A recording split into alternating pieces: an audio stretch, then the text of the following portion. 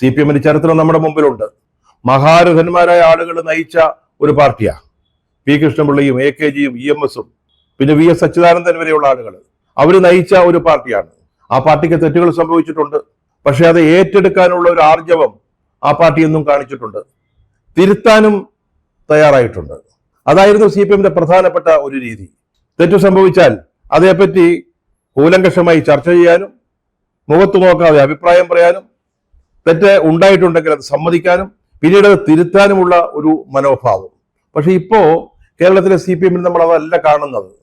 പരാജയങ്ങളോ തെറ്റുകളോ എന്തെങ്കിലും സംഭവിച്ചാൽ അതിന്റെ യഥാർത്ഥ കാരണങ്ങളിലേക്ക് ഇറങ്ങിച്ചേരാൻ പാർട്ടി തയ്യാറാവുന്നില്ല. PM ശ്രീയെ പറ്റി ഒരു ആക്ഷേപം വന്നു. CPI മറ്റൊരു കമ്മ്യൂണിസ്റ്റ് പാർട്ടിയാണ് അത് ഉന്നയിച്ചത്. എന്നിട്ട് പോലും സ്വയം വിമർശനാത്മകമായിട്ട് അതിനെ കണ്ടില്ല. അതിനെ ന്യായീകരിക്കാനാണ് തയ്യാറായത്.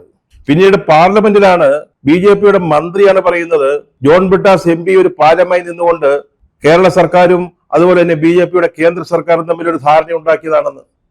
ജനങ്ങളോട് സത്യം തുറന്നു പറയാൻ തയ്യാറാവുന്നില്ല.